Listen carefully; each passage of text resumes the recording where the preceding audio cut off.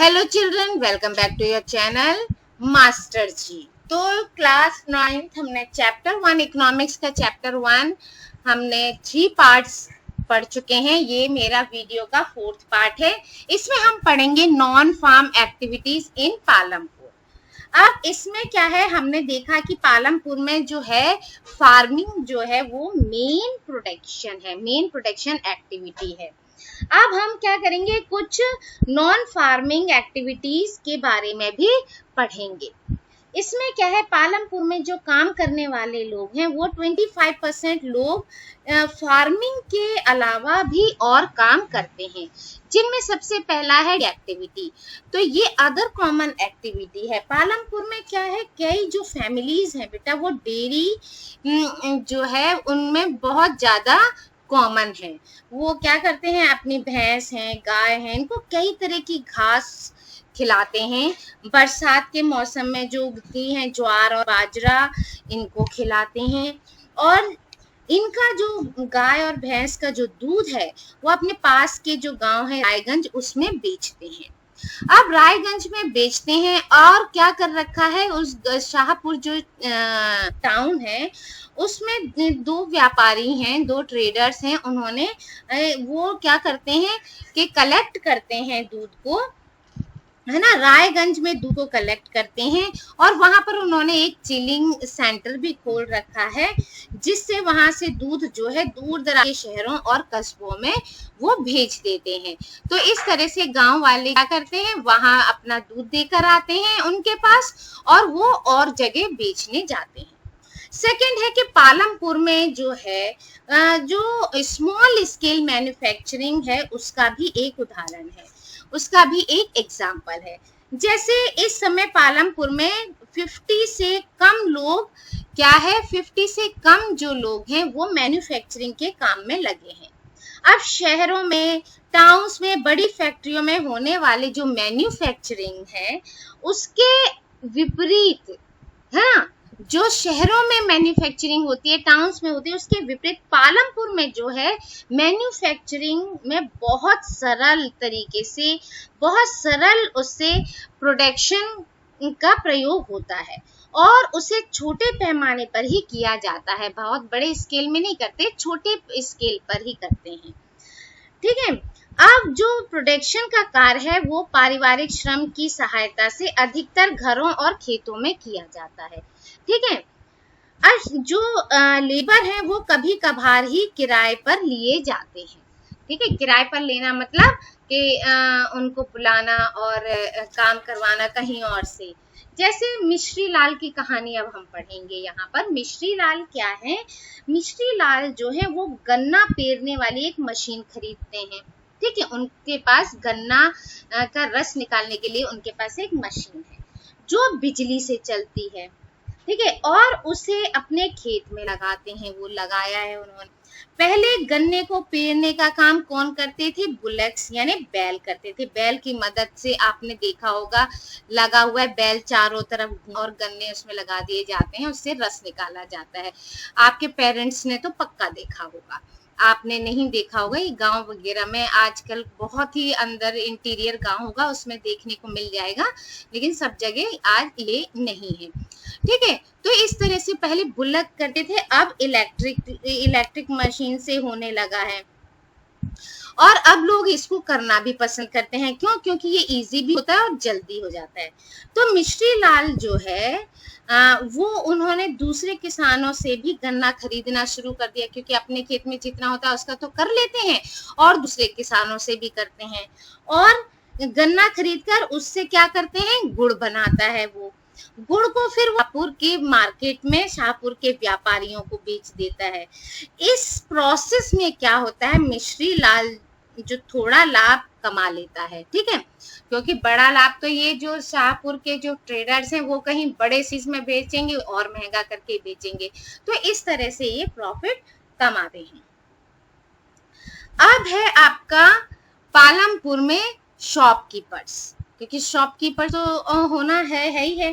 पालमपुर में ज्यादा लोग क्या करते हैं, ट्रेडर्स यानी एक्सचेंज ऑफ गुड्स जो है ज्यादातर नहीं किया जाता है, नहीं करते हैं, इतना ज्यादा नहीं। पालमपुर में जो ट्रेडर्स हैं, शॉपकीपर्स हैं, वो क्या करते हैं, शहरों से जो थोक की होलसेल की मार्केट होती है उनसे सामान खरीद कर ले आते हैं और गांव में लाकर बेच देते हैं। जैसे गांव में आपने देखा होगा छोटे छोटे जनरल स्टोर हैं, है ना, जैसे बिस्किट है, चावल, गेहूं, sugar, T, oil, soap, toothpaste, batteries, जो जनरल यूज की, डेली यूज की चीजें हैं वो लाकर रख लेते हैं। कुछ क्लॉथ्स वगैरह भी, छोटी छोटी दुकान भी देखी होंगी कपड़ों की, वो होलसेल से ले आते हैं गांव में और ये छोटी छोटी दुकानें खोल लेते हैं और इनको बेचते हैं।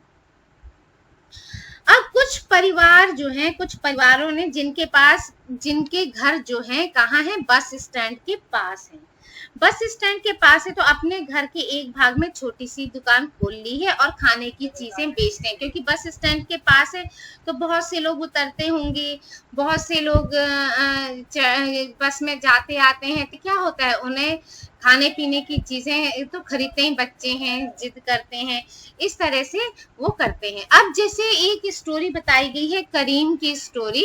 करीम जो क्या है, गांव में कंप्यूटर सेंटर चलाता है, ठीक है।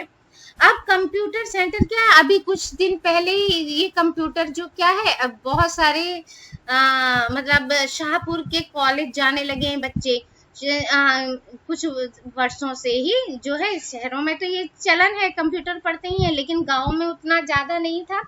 तो वो क्या हुआ कि कुछ वर्षों में, रिसेंट ईयर्स में, कई जो स्टूडेंट्स हैं वो शाहपुर शहर के कॉलेज जाने लगे। अब करीम ने देखा कि गांव के कई जो स्टूडेंट्स हैं शहर कंप्यूटर क्लासेस ज्वाइन करते हैं, कंप्यूटर क्लासेस में जाते हैं, तो गांव में ही दो उनके पास क्या मिल गई उसको, गांव में ही दो ऐसे वुमेन मिल गई जिन्होंने कंप्यूटर की डिग्री ले रखी थी, ठीक है। उनके पास कंप्यूटर की डिग्री थी, उसने क्या किया, उन्हें काम पर लगाने का निश्चय कर लिया कि चलो इनको काम दे देते हैं। उसने डिसाइड किया कि इन दोनों को हम काम देते हैं और ये क्या करेंगी, इन्हें बच्चों को सिखाएंगे। तो उससे क्या हुआ, उसने कंप्यूटर खरीदे और अपने घर में ही, मतलब ये बता रहे हैं कि अपने घर में ही उसने क्या कर लिया, बाजार की ओर, जो उसके साइड था, घर का साइड, बाजार की ओर उसने क्या किया, वहां पर कुछ कंप्यूटर क्लासेस लगानी शुरू कर दी। और जो हाई स्कूल के जो स्टूडेंट थे वो बहुत बड़ी संख्या में, मतलब हाई स्कूल के जो स्टूडेंट थे वो उधर आने लगे, वो ठीक ठाक मतलब बताएंगे और आने लगे और वहाँ पढ़ाई करने लगे। तो इससे क्या हुई, इसके कंप्यूटर क्लासेस ऐसे छोटे मोटे काम करके वो चलाने लगा और ये भी बिजनेस उसका अच्छा चलने लगा। तो ऐसे दुकान उसकी अच्छी चलने लगी। फिर है इसका ट्रांसपोर्ट। ट्रांसपोर्ट में क्या होता है बेटा, फास्ट डेवलपिंग सेंटर। पालमपुर और रायगंज के बीच क्या है, सड़क जो है बहुत अच्छी है ना, कनेक्टिविटी अच्छी है। तो सड़क में कई प्रकार के उसमें ट्रांसपोर्ट चलते हैं, कई प्रकार के वाहन चलते हैं, कई प्रकार के व्हीकल्स चलते हैं, जैसे रिक्शा वाला हो गया, तांगे वाला हो गया, जीप, ट्रैक्टर, ट्रक ड्राइवर, है ना, बैलगाड़ी, दूसरी भी गाड़ियां चलाने वाले लोग, ये जो हैं ये क्या कहलाती हैं, ये ट्रांसपोर्ट सर्विसेज कहलाती हैं। दे फेरी पीपल, अब वे लोग और वस्तुओं को एक जगह से दूसरी जगह पहुंचा सकते हैं, चाहे बैलगाड़ी से पहुंचा दें, चाहे ट्रैक्टर से पहुंचा दें, कैसे भी, और इसके बदले में उन्हें क्या मिलता है, अच्छा पैसा मिल जाता है। अब कई वर्षों से, है ना, the number of people involve in transport has grown over the last several years. कुछ वर्षों से, पिछले कुछ वर्षों से जो ट्रांसपोर्ट से जुड़े हुए लोग हैं उनकी संख्या क्या हो गई है, बढ़ गई है, मतलब ज्यादातर लोग इसमें इन्वॉल्व होने लगे हैं। अब जैसे यहाँ पर किशोर की कहानी है। किशोर क्या है, एक फार्म लेबर है, यानी खेती में काम करता है। जैसे उसके पास जमीन नहीं होगी, खेती पे दूसरे के फार्म में जाके काम करता है, जैसे और लेबर्स करते हैं।